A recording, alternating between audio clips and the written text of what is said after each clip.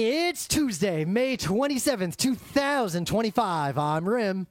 I'm Scott. And this is Geek Nights. Tonight we're talking about 3 tabletop games, 2 of which were nominated for Spiel des Jahres.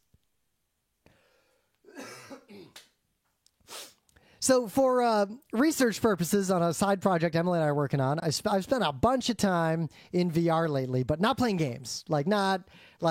I'm not playing consumer games. There's not that many VR games to play. There aren't. I've played every great VR game. Like you can literally have played all of them. The 2 best, honestly, to this day, the 3 best single player actual game VR games remain Superhot VR, inexplicably, and I'm dead serious about this, the Rick and Morty game. For a lot of game design reasons, that game has no right to be as well designed as it is. And Half-Life 3, which they're not going to call Half-Life 3, but it was just Half-Life 3. It's a full-on Half-Life, and it's fantastic. There are quite a few games out there that are not VR first games, but have VR support. Yeah, and sometimes like Star Wars Squadrons. Exactly, right? And sometimes, like Star Wars Squadrons, it's like it does have added value. Not enough added value to go out and buy a bunch of VR stuff. If you already have VR stuff, like you're already all in on a game like that, sure. The VR is like crazy immersive. Like it's shocking how cool it is to be in the X-Wing, but it is not worth the amount of money to buy a gaming PC capable of doing full spec VR and full spec VR just to experience that, unless Star Wars is your life. But so I've been spending all my time now in VR chat because a friend of ours and actually a couple other people I know in the periphery have been saying similar things. So I've been looking into this specifically. The assertion is that what the avant-garde kids are hacking together in VR, in not just VR chat, but also the constellation of VR chat like things that are jankier, that are out there, including custom builds, like people running Unity directly and going into VR in environments they're running in a dev thing. That space is very much like how GeoCities was in the early to mid 90s. And it reeks of the old internet, and I have now corroborated this. It's a place where the thing. I don't want to talk too much about this right now. Oh yeah, I don't want to get too much into all these details anyway. But a whole show about that, right? But you look at. I think a lot of people misidentify what the old internet and what they're really missing and what was really actually good about the old internet, and they're. Obviously, a lot of rose-colored glasses, ignoring bad things about the old internet. Yep. Like you didn't have a spam filter on your email, and there were pop-up ads. I access my email via unencrypted telnet. Right, but I think people have correctly identified the evil of capitalism, but it is not. It is we have to go one layer deeper. I think is where the truth is that in a cultural space, right. The thing that people are missing that the old internet had that the new internet does not have is the old internet was largely the cultural spaces, the chat rooms, the GeoCities, the websites were largely intrinsically motivated. Yes. The current internet is almost every place you go, YouTube, whatever, is extrinsically motivated. People are currently making things, even if not entirely, at least in some small part in their brain where they can't see or detect.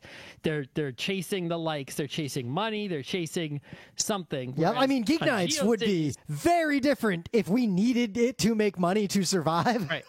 On GeoCities, you're just making a website because you just fucking want to make a website. In VR chat, you're just making some VR place because you just want to make a VR place and be in a VR place, right? Yep. Because you just, and even you look at even the games that the video games people play today, and it's like, people go and they play, friggin' some free-to-play game because they want to get the rewards. They don't. Yep. Whereas you play some old game, it's because you enjoy playing the game. Even look at games like Counter-Strike. A lot of people play Counter-Strike to rank up in the competitive ladder, try to go pro, get recognition. Right. In the old days, you joined a random Counter-Strike server identified solely by an IP address because you just really wanted to play Counter-Strike. It has nothing to do with the aesthetic or the technology or anything else. It's go find a place where people are creating and doing via and they are intrinsically motivated. They're doing it because they like doing it, and they're not doing a reward or some numbers or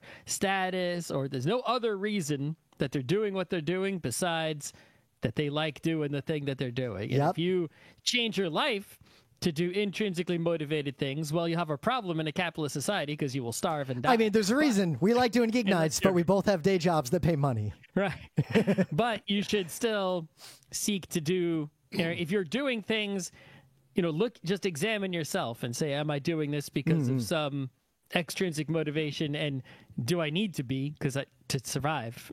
It maybe stop. Yep. Or at least fully recognize it. But quickly, the things, the specifics of what this is capturing from the old internet are very narrow.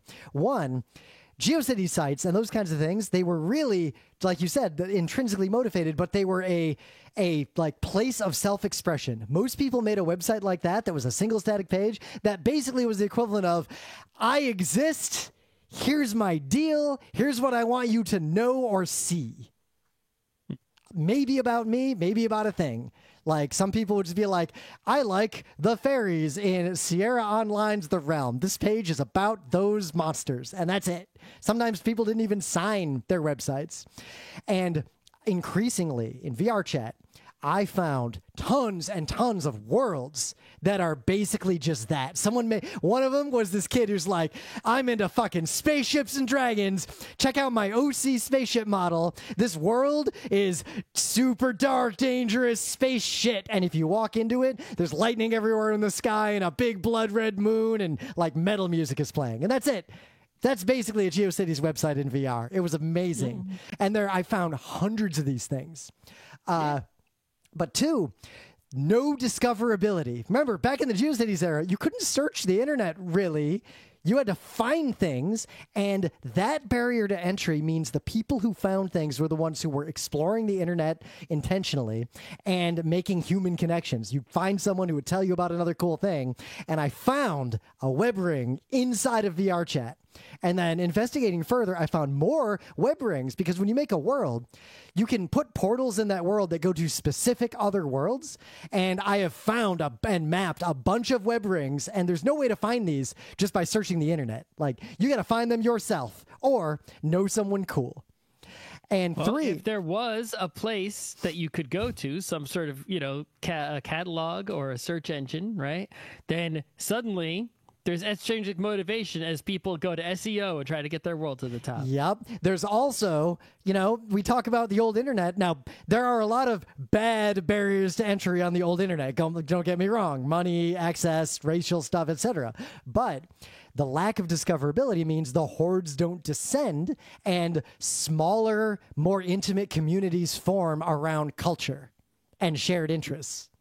And if hordes do descend, there's suddenly this extrinsic motivation. I want to get the most hordes on my place. Yep. And the third thing... If no one gives a shit, then there's nothing to be extrinsically motivated by. You're making something knowing that no one's ever going to come here, or hardly anyone's ever going to come here, and you don't care. You're making it because you want to. But the third thing that these worlds are doing that I'm seeing very commonly, and there's a bunch of people who have made dedicated like template worlds for this, they're curated places to hang out that are very much akin to... A lot of online culture in the mid-90s was, if you've never encountered this, if you're not old like us, I spent a lot of my time in these online. Not IRC, though I did spend a lot of time IRC, but a lot of people would run these HTML-based chat rooms that were just on websites that couldn't handle a ton of people, and they were like real micro communities. And people are making VRChat worlds that basically allow you to make something like that and curate the experience. Like, this user is going to choose the music. This user is going to control the YouTube that's on a big wall in the room. This user is controlling the vibe. And it's basically just like these ephemeral chat room experiences that people just hang out in, a lot like how I used to use the old internet. Mm-hmm. So I'm digging more and diving deep into this, but there's something going on there. There's a lot. It's growing faster than I thought it was now that I've spent a lot more time in there. Well, I mean, it's hard to, it's definitely growing, but it's like... Well, I'll go further. Is it really? It's not really growing. Well, here's the thing. It is growing the same way old GeoCities shit did, because people forget. Most people didn't even know that existed. Even people who are online didn't know they could make websites, and even they had no idea how. So the people making the stuff are the people who are willing to put up with colossal pains in the ass and learn technologies that are poorly documented and difficult to get working together. And they're finding such value in doing it that they're overcoming all those obstacles. It's hyper nerds doing this stuff. Yeah, that's. So you got any news? Yeah, well, I got a little news. There's this game called Pac-Man Shadow Labyrinth that Bandai is making that's basically a Metroidvania plus Pac-Man. And is this game going to be good? I don't know. Maybe who knows? It could be garbage. It's probably not going to be Super Metroid. But this game has been like announced, I guess, and hyped a few times. I've seen it at a Nintendo Direct at least once. I've seen it elsewhere. It's coming out in July, and they just keep hyping it. You can pre-order it now. They got pre-order bundles. I don't need the bundles with a bunch of garbage, add-on crap. But I am gonna probably get this game no matter what, even if it's terrible. But they revealed just a few days ago in this video that one of the features of this game is that there's going to be parts of the game you're Metroidvania-ing or exploring a map with some sort of ghostly evil Pac-Man, and then there'll be parts where you must enter the labyrinth, right? And then it becomes more like Pac-Man traditionally, but not entirely. A little bit more like in Mario Sunshine, the only good part of Mario Sunshine, where you go into like the sort of classic little platform retro zone, and it looks a lot like a Pac-Man Championship Edition 3. I was going to point out that this is giving me a little vibe of that. So it's like you're playing a Metroidvania, and then you take and like it's almost like if you're playing Zelda, the new ones that have shrines, and instead of a shrine on a 3D map, it's like you're in a 2D exploring. You enter a shrine, and inside the shrine is Pac-Man Championship Edition. And so even if the game could still be terrible, but that makes me want to buy it more. I'll wait for me to in July after I've actually played it before you. Yep, I feel like we'll be talking about this game. And some other news. So, if you haven't heard, roll cancels are not available in Capcom vs. SNK 2 Ranked. And that either means nothing to you or you already know about this. But I think it's news because I want to explain a little bit of what's going on. And I love that competitive esports have gotten to this level of conversation. So in Capcom Fighting Collection 2, they're bringing back classic titles like to play on modern systems. And of course, Capcom vs. SNK has a extremely dedicated fan base and an extremely deep competitive world. That's one of the hot fighting games of all time. Yep, like I'd say that community is similarly tightly knit to the Smash GameCube community, if not more so. So in one of these games, Capcom vs. SNK 2, there was a thing you could do where if you did certain grooves in the game, your character would roll, like literally rolling, like a parkour roll. And while they were rolling, they would have a number of invincibility frames, meaning they are invincible. Their hurt box is not triggered for some number of frames. That's fine.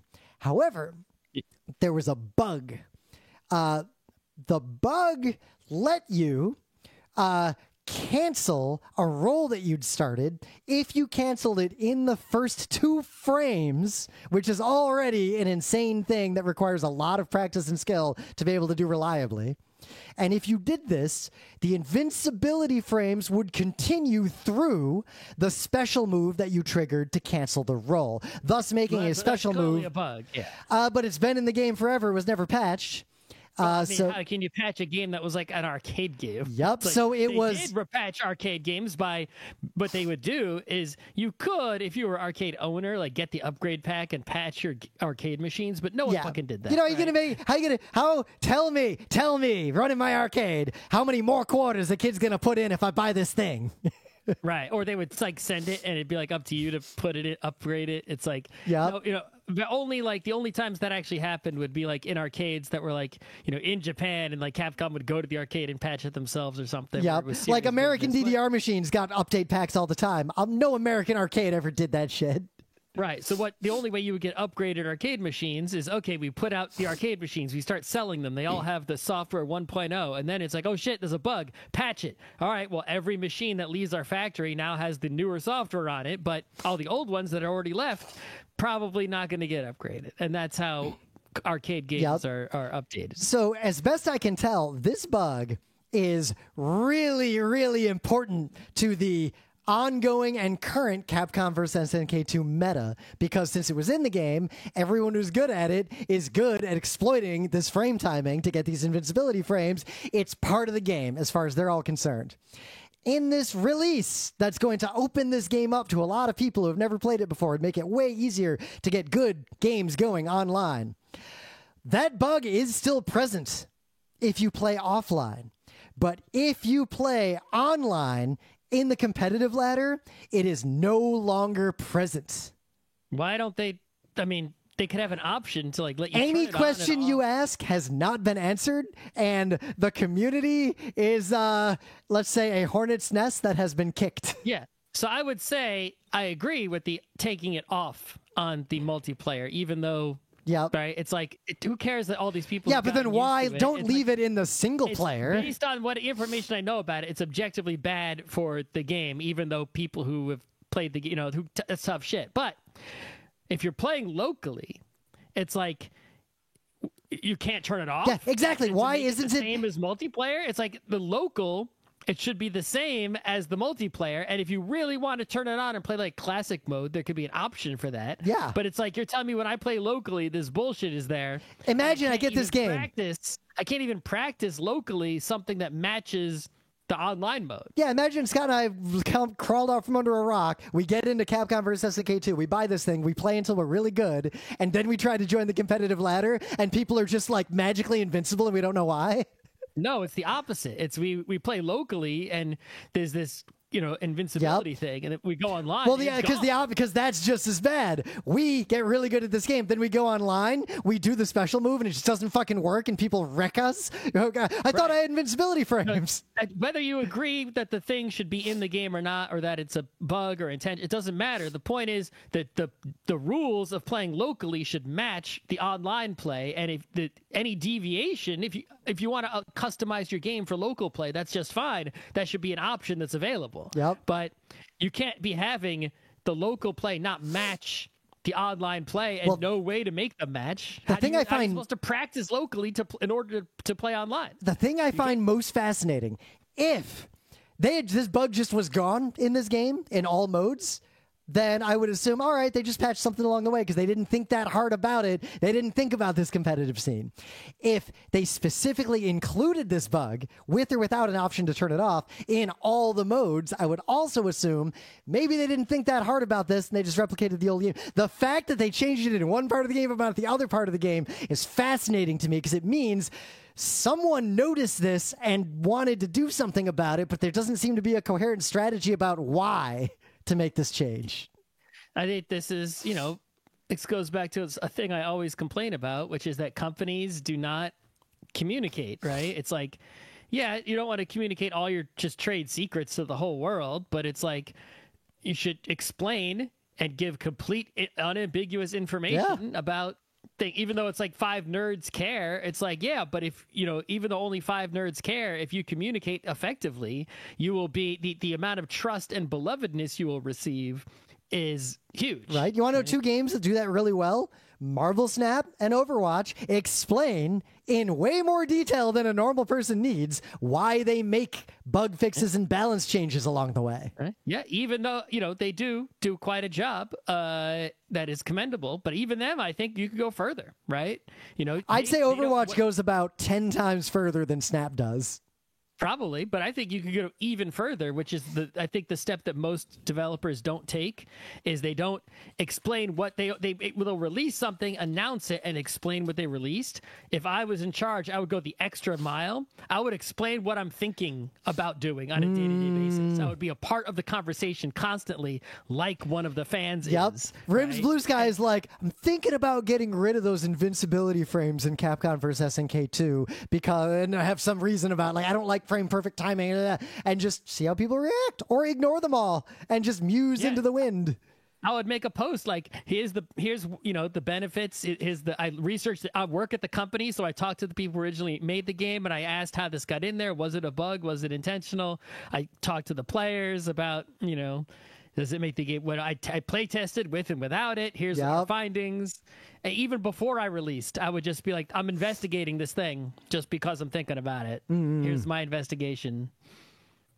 Anyway. But anyway, you want to do that other news or just go into things of the day? Oh, we could do the other news. I'll do the other news. So let me move a little. Give me 1 second and put a little marker here so I know to do a little edit. All right. Go for it. Right. Really just tiny quick news is there's a game, if you have iPad or iPhone, you've probably seen this game in the App Store. I've never actually played it, called Sneaky Sasquatch. Having not played it, what I can gather is it's a game where you're a Sasquatch and you try to sneak up and steal things from sleeping campers and whatnot. Yeah, based on the screenshot I'm looking at, that's my guess as well, having never played it. I've only seen it in the App Store, but it's one of the most popular games in the Apple Arcade App Store area. It's always at the top there, trying to get you to play it. And I'm just like, eh. But the interesting news is that Apple has bought the people who made that game. How many game developing companies does Apple own? Is this the first one ever? I've never seen Apple make their own game. I mean, I know they've done partnerships before to get things done. So it seems like this isn't about Apple trying to, pull an Amazon and start producing a bunch of games and failing at it. It seems like this company that makes this game, it's a very successful game. It's important to Apple, this game, obviously, because it's such a big deal on their platform. But they don't want this tiny dev to fail. So it seems like they're just like, okay, well, we'll own you. That way the game won't fail. And it also seems like they are going to, at WWDC, which is coming very soon, within a month or so, maybe a few weeks, they are going to overhaul the much neglected Game Center features of iOS and whatnot. So that, But anyway, things of the day. So speaking of another competitive game, bouldering, rock climbing without a rope, hobby I've done off and on for a while. I encountered this. Talk about the meta of games getting to an extreme point. The meta of competitive professional rock climbing and bouldering has gotten to such an insane level that an old joke from ancient Dungeons and Dragons has now become literal. I forget what D&D was in. It might have been a supplement, but it was this table of difficulty classes of what kind of climbing test would you need to make to climb X things. And the thing at the very, very top of the chart, the thing that was mathematically impossible, no matter with every bonus combined, a ridiculous fake number, was climbing a slick vertical glass surface with your bare hands.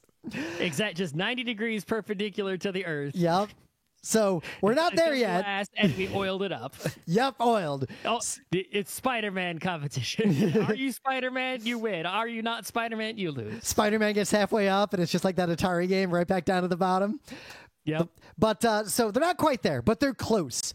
That rock bouldering has gotten so good and the meta is so extreme that they've introduced over the last few years a new kind of hold. And these holds are clear and effectively made out of glass. They are completely smooth. There is no texture whatsoever. But there's still a shape that you can... Right? They're not just flat. Yes, but some of the shapes are basically just an orb. Right. So someone with my grip strength of 0 would be ruined. It's worse than that. Grip strength? If someone had grip strength, they could, and their hand was big enough to get around it.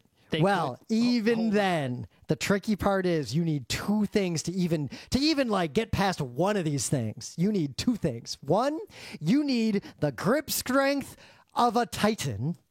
Yeah. And you need 100% perfect technique, because grip strength alone won't do it because of how smooth these are.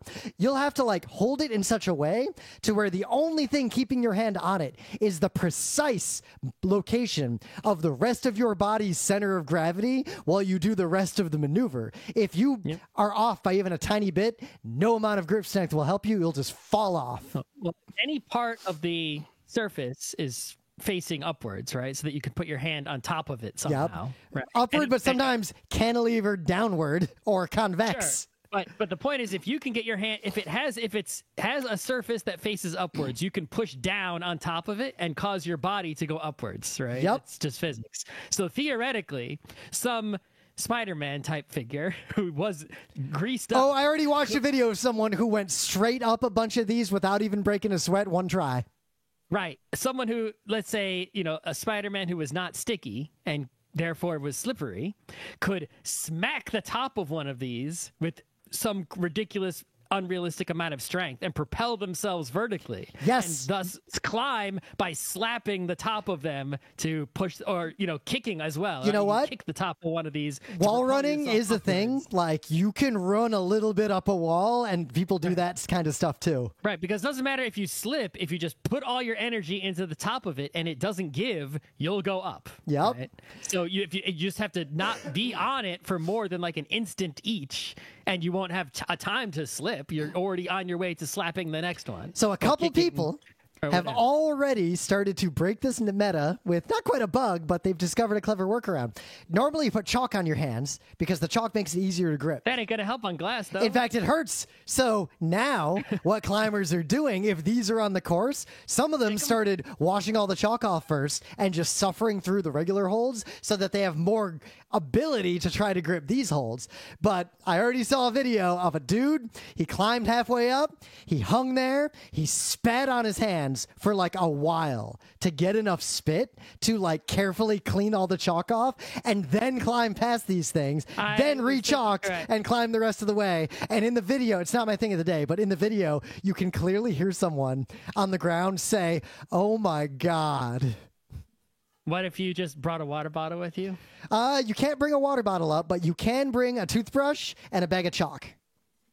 Okay, can you, I guess, can you bring gloves of some kind? You can have different gloves and swap them around. Got to be barehanded as far as I'm aware. There might be other types of tournaments where that's not true, but barehanded, and you have to be wearing specific registered climbing shoes.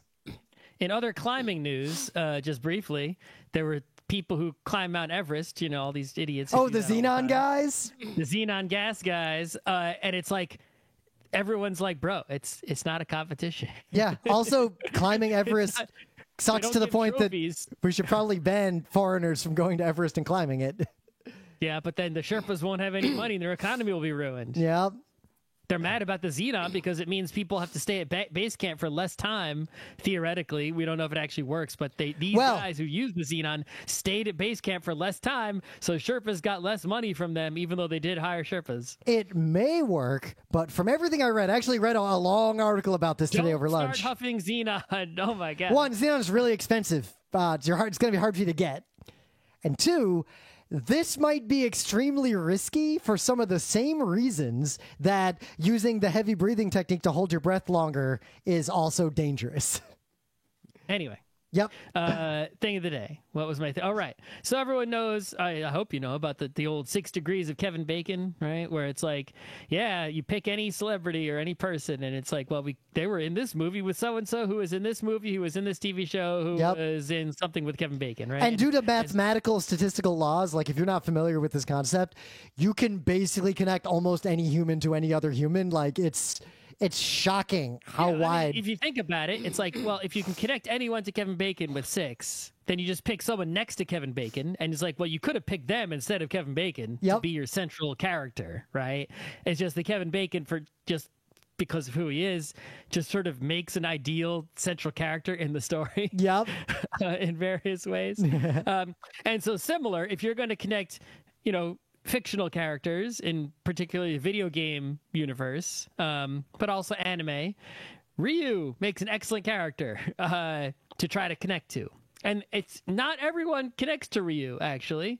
There are cases where you can't find a connection, but there's this website, a Tumblr, ryunumber.tumblr.com, and they pick a character and they say, all right, how many connections do we have to make before they get to Ryu? And some people don't have a Ryu number because they can't connect.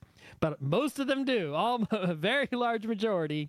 And that's mostly thanks to, like, you know, Smash Brothers, and also Ryu was in some Minecraft game and some other games. And so, and I think maybe a Sonic game or something, I don't know. But yeah, it's really interesting how far they go. The best one I saw was the stick from Homestar Runner. To Ryu, because they went from Stick to Strong Bad. That's right, Homestar Runner. And then Strong Bad was in Poker Night at the Inventory with the Heavy. All right, Poker Night at the Inventory. And then the Heavy was actually in like some other game that wasn't Team Fortress 2 or Poker Night at the Inventory. And then it was like a couple more steps and they got to Ryu. And I'm like, oh, amazing. Okay, look at that. Yeah, so this is very interesting and currently occasionally updated Tumblr. Oh, fun. In the Meta Moment, the Geek Dice Book Club book, which we'll do the show around the end of June. Everything for Everyone, an oral history of the New York Commune, 2052 to 2072. I expect I'll be done with the book at the end of the third week of June because I will be in Germany for that week with a bunch of flights. So, ideal time to finish a book. Otherwise, PAX West badges are on sale. And if you are thinking about going to PAX West, just buy the badges now, because while it's not likely to sell out immediately, it's a good chance the Saturday will sell out at some point, as it often is wont to do, and you don't want to go to a PAX. Will only go up.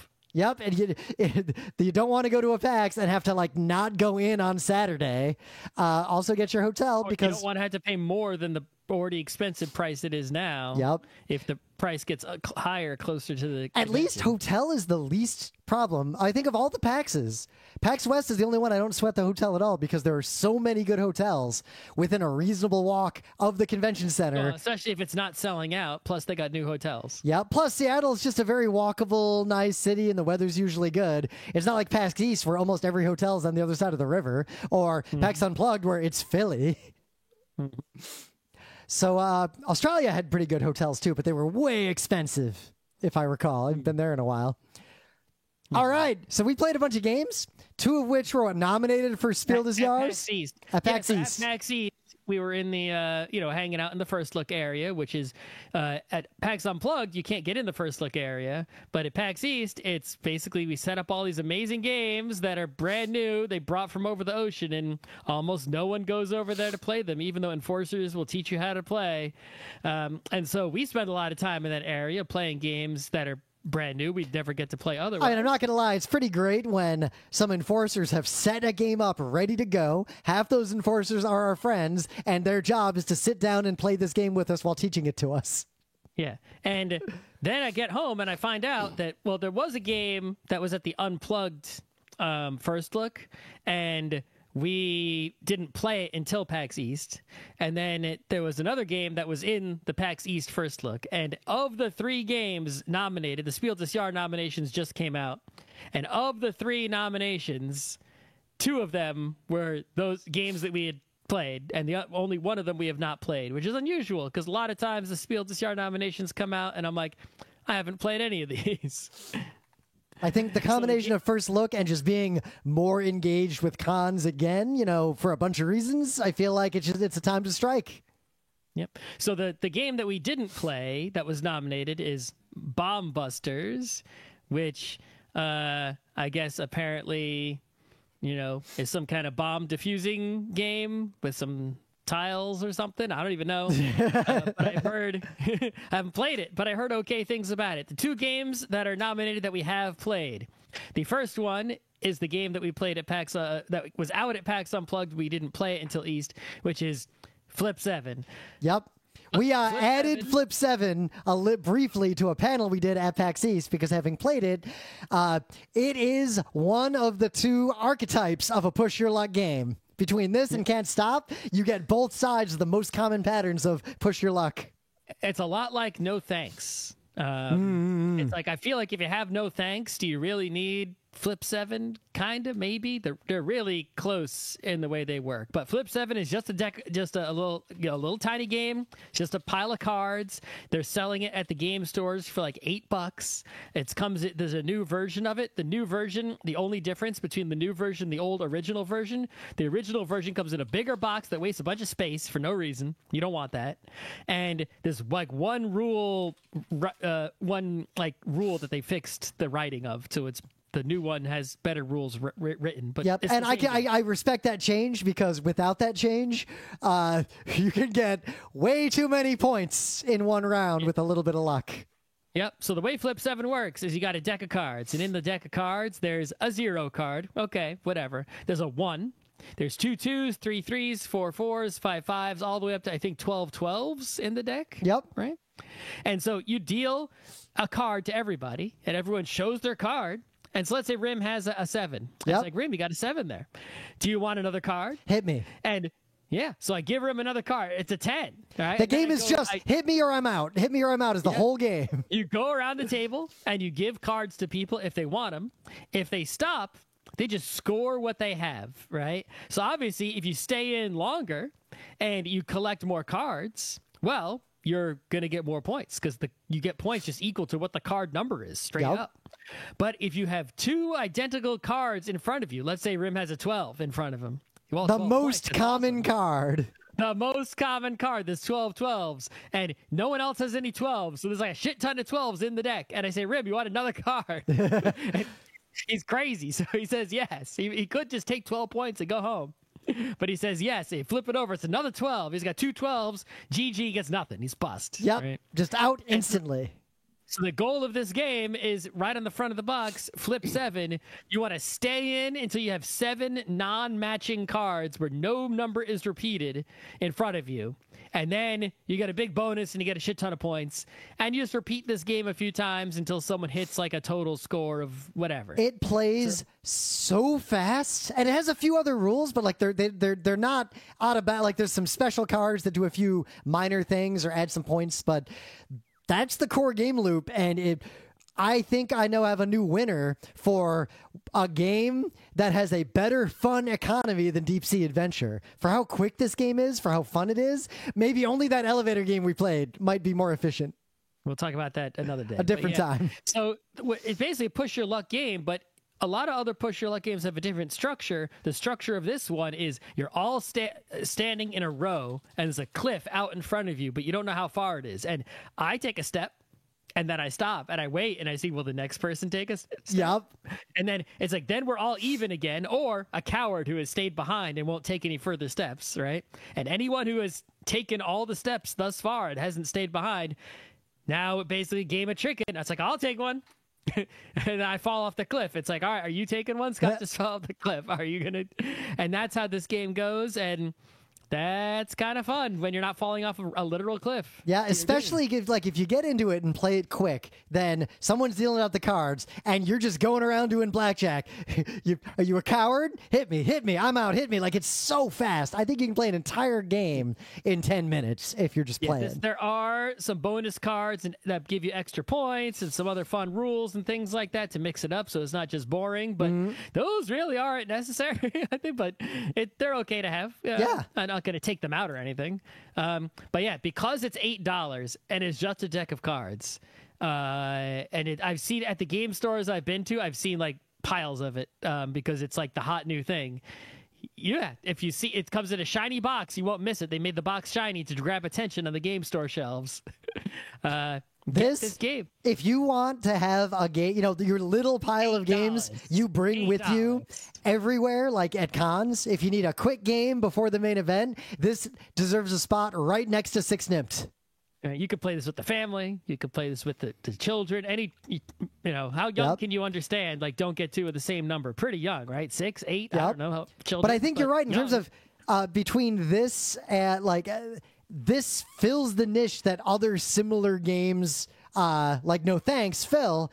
Mathematically, they're actually very similar, but they're easier to play, easier to teach, have less components. Yep. No thanks has chips, and it's a little, you're sort of passing the thing around. And you got to explain the rules of the combos, and like it takes. Seven's way easier, and I think is no less fun than no thanks. Mm-hmm. So game number 2, Crackle Oracle. We may be pronouncing the name of that game incorrectly. Crackle Oracle. Yeah, Crackle Oracle. Yeah, it is. The second word is Oracle. Or at least that's what it's referring to. So what's going on in this game is it's sort of like Pictionary, it's sort of like Codenames, but it's sort of co-op also, right?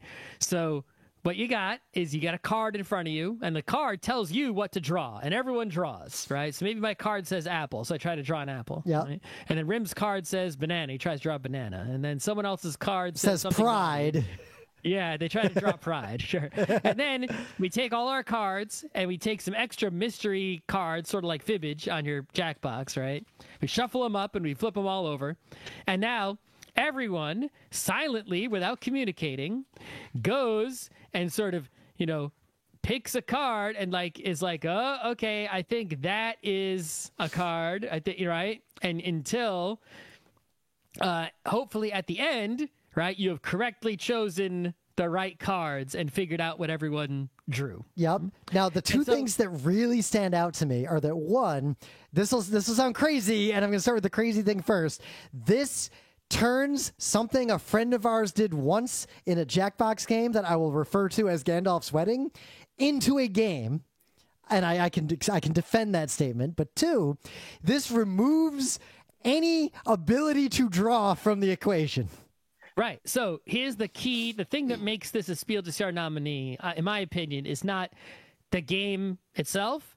It is the drawing mechanism is ingenious. Right. So normally, if you play a Pictionary, someone can draw really well, and it's going to be so easy for them because they're just like, boom, look at that. It's a fucking photorealistic apple, bitches. Right? And then if someone can't draw, everyone's like a circle, a pear, a blob. 2 stick figures. Right. It's like not being able to draw is a detriment. So Pictionary and other drawing games have this inherent flaw in them that, the skill factor, you're not going to become good at drawing suddenly mid-game, and it's not balanced or fun for all players equally. And so some games, like Jackbox, you have your TKOs and your Drawfuls, where they limit the drawing tools extensively. But even then, the drawing still matters. Right? Oh, yeah. I think I did a really good job, and then photorealistic Pikachu is on someone's shirt, and I'm like, well, fuck. Yeah, exactly. And so what Crackle Oracle does is every turn, you get a board, and the boards have 2 sides, and you swap the boards. So you're not just sitting there with the same board. And there's quite a few of them in the box. And you get a dry erase marker that's only black. That's it. And you look at your board, and you can draw. You don't have to draw one's connected line. You can draw separate lines here and there that aren't connected. But you can't draw freely. You can only draw on the dotted lines by basically filling them in. That's all you could do. Yep. So if you want to draw a triangular hat, let's say, you would try to search around your board and say, are there any dotted lines that are sort of triangular that I can, fill in basically, or overline, highlight to make it look like a hat. But these boards are all super different, so some of them are better or worse at drawing different kinds of things. And they got a lot of lines on them, but they're all crazy all over the place. And it's like you can't necessarily, you're trying to map some image in your mind onto those lines, and you won't find anything that's really precise. And so what this does, people who can't draw, right, well, their lack of skill doesn't matter because it's like, you can't draw probably, but you can draw over a dotted line and you can do that. And someone who can draw really well, it's basically like a Harrison Bergeron on their drawing skills. Yep. Right? All they can do is draw over these lines. They can't draw their freehand photorealistic fruits and whatnot. I was very appreciative that when we played this, we got almost a perfect score. We were so good at it real quick. Partly because it didn't have the ontological crisis that the next game we're going to talk about had.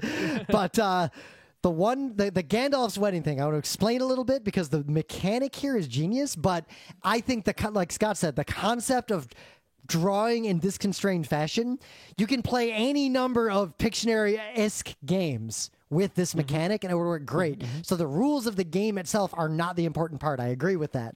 So in Jackbox, we have the game where you get the prompt and you draw it, and people try to guess what it is. And I remember a friend of ours, they drew a giant penis-looking thing. Like, they drew an extremely graphic penis-related thing.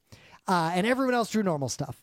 So we're looking at this picture, and because everyone has to guess what it's about, but one of the answers is the real answer the game gave you, we actually all guessed correctly that the answer was Gandalf's wedding, because he drew the horrible cock thing. How the fuck does someone who cannot draw Gandalf's wedding in a way that will convey Gandalf's wedding in Jackbox to other people, especially if you can't draw with these limited tools in this very constrained amount of time? So by drawing something so crazy, 5 of the options were trying to explain the horrible penis thing, and the 6th one was just Gandalf's wedding. Clearly no one saw that thing and decided that is Gandalf's wedding. So it worked out. It was very clever. This game kind of does that. You're not guessing, oh, well, Scott drew a helicopter. You look at the list. There'll be cards of all the things people drew and cards of things that are random from the deck that nobody drew. And you take turns without talking, remove one of the cards saying, yeah, nobody drew a helicopter. Yeah, nobody drew Gandalf's wedding. And you better not have removed one of the actual drawings. Mm-hmm. I think this prevents some of the problems of Pictionary-like games. This sort of like inversion of what you're guessing. You're guessing what wasn't drawn instead of what was drawn. I think that is itself clever and could be applied in other Pictionary-like games as well. Yep. But yeah, I think that the drawing on the dotted lines is a genius mechanism, and that's why it got the nomination. But the game itself, do I really want to play it that much? Kinda. Okay, I would, but not, I think I'd play Flip 7 more. Yeah. Well, I guess if I was sitting at a con and someone threw it down on the table and said, let's play it, I would just start playing. I wouldn't even think. Yeah, I wouldn't buy it, but I already bought Flip 7. All right, so let's talk about a game that was not nominated. The game that caused an ontological crisis, because this game is uniquely designed to... Ontological crisis, the game. It's this game... Pedantry, the game. I do not think... People who are too smart, too pedantic, and too able to address problems of ontology cannot effectively be good at this game. No, not at all. This game, like, the stupider you are, the better you'll be at it. Right. So the game is called Context, and the way it works is there's a square grid, and you will, on the 2 axes, right? So it's a square grid, so you have a north, south, east, and west, right? East and west are opposed, north and south are opposed. So you basically write like 4 random fucking words, one on each cardinal direction. Yep. And, they might be nice and opposite-y, like hot and cold, but they could be like, what did we have? Elephant? No, it wasn't elephant. We had bird. Yeah, we had bird and fire. Like, it was something completely a different kind of thing on the other end. Right. It could, fruit and I don't know, large. Yep. Something, whatever. Just words. So one axis you have 2 different nouns, and the other axis you have 2 different adjectives. Like, we had blue on one side, and I forget what we had on the other side. We're getting old. But yeah, they're not necessarily going to be related things. It could be like, blue is an adjective and so is small, right? So it could be blue and small. And so someone comes in and they write like, say, I don't know, racquetball. And it's like, all right, racquetballs they are blue, but they're also kind of small, right? Yeah. So on the range of blue to small, where does racquetball go on that axis? Yep, right? More blue, more small, right in the middle between them. And then we also have to figure out, is racquetball more bird-like or fire-like? Yeah, it's like, well, you got bird and fire on the other axis. So on this square grid, using those 4 terms, you have an object that someone's written on, a new word that someone's written on a card. And so the way it works is, I will be as a player, you'll have a card that has like a location on it. Like, well, it gives you 2 locations, so you have a choice. You have a choice, but you have locations like B4 or C3. Pick one of the two, and I'll be like, okay. And it's like, can I think of a word to put on this card that people will guess is B4? Right? So it's like B4 is really blue. It's close to blue, and it's close to bird. And it's like, all right, so I could write it like bluebird, but someone put that like way in the corner of both extreme blue and extreme bird. So I need it to be a little less bird and a little less blue. Can I think of something that would make the other players guess? And so if you put out a word, you now don't participate, and everyone else collectively decides where your word goes, and you want them to guess the spot that is the location that's on the back of your card. And even more cleverly, whoever has a good idea just says, I got a word, and does it. Yeah, you don't take turns or anything. You probably should, but you can, I feel like the best way to approach it is just, you can't have the same person do it twice in a row. Yeah, if someone can't get in edgewise because you're blocking them out of the game, that's just rude. But yeah. If anyone who's like, oh, I got one, I think you're right, then it's like, okay, that increases your chances of winning. Now, here's the brilliant part. Regardless of if you were correct or not, you get points based on if you were next to it, orthogonally, or right on it. You want it, yeah, if you're one away orthogonally, not diagonally, orthogonally, you still get some points. Mm-hmm. But then the word that was written stays there on the board, giving you a context to use for further rounds of the game. Like, all right, we decided racquetball is mostly bird, and now someone decided, now if someone's got hawk, well, hawk is definitely maximum bird. But what if then someone has another more bird-like thing? You're setting the bounds of your ontological discussion. Yeah, and if you're just a bunch of normal people, this game will just be a lot of fun and totally chill and cool. If you're a bunch of fucking nerds, the game is a nightmare because it's like, okay, it's like if I write the C, it's like, well, the C, not all C's are blue, but some of them are, and it's like. I remember a moment where someone yelled, because we yelled a little bit before we were literally playing the first round, and they yelled something to the effect of, just because something is not a bird does not mean it's the opposite of a bird. And we spend more time arguing about how we should even navigate making the decision than we did in any way guessing at the first prompt that someone put down. We argued forever. Yeah, like imagine if you had like bird on one side and building on the other side, right? Yep. It's like, okay, well, a bird house you have to imagine should in the middle, right? Yep. My argument was if it is you're more toward the center, the more ambivalent your choice is on that axis, and you treat the two axes independently of each other. Any other way of doing this is the path of fools, even though it's probably easier to play the game if you... Right, and so then like we're taking out the second axis out of the equation, right? Yep. And so then let's say you get a sparrow. Well, a sparrow is a literal bird. Yep. So you have to imagine that goes in the most extreme bird end of the axis. Right? And if someone else then decides to make a different name of a bird a prompt, fuck you. Right, and then if someone else comes in with like hawk, it's like, well, wait, it's like sparrow's in that spot. It's 100% bird. A hawk is also 100% bird. Is it? If it's even one space to the left away from the sparrow, it has to be not a literal bird somehow, because it's no longer, it has to be like something that's 90% bird, yep. like a penguin or a platypus or I guess a penguin's still a bird. I don't know. Yep. Right. It's like, and then if you go another space away from that, it has to even be less bird. Yep, like, but not necessarily more like building. Bird, but he's a puppet. He's just a costume. He's not a real bird. Mm-hmm. And it's like, but then, okay, so we get to the middle with the bird house. It's like, we're not even a bird anymore. Right? But it's like, what is now, if the Empire State Building is in the extreme left, okay, what goes in between Empire State Building and birdhouse? Is a shack or a birdhouse less of a building than a building built by like an army of humans? Also, if it's the Empire State Building is 100% building, 0% bird. If you move one space to the right of that, it's like, okay, it's no longer 100% a building, but it also, is it any part bird, or is it still 0 parts bird? You don't add any parts bird till the middle? And again, you fool. This is why I say, once you hit the center, the further axis, you are not becoming less of that thing. That thing is now irrelevant, and you are just focused on what we were approaching. We could not agree on how to engage with the map in the course of the game. We did so badly. It doesn't help you because it imagines that you're a normal human being. Yep.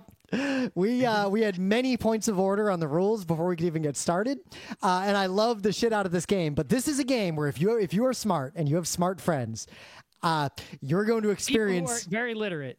You're going to experience the situation of you have very profound logic for your choice that you thought carefully about, as your friends will then, over the course of 20 minutes, come up with an equally valid and entirely opposite argument for what was in your head, and you have to silently watch them walk this path of doom. Right. The point is, the game's harder the smarter you are. Yep. I like it. If you're just dum-dums going on vibes. I like it a lot. I want to play it again.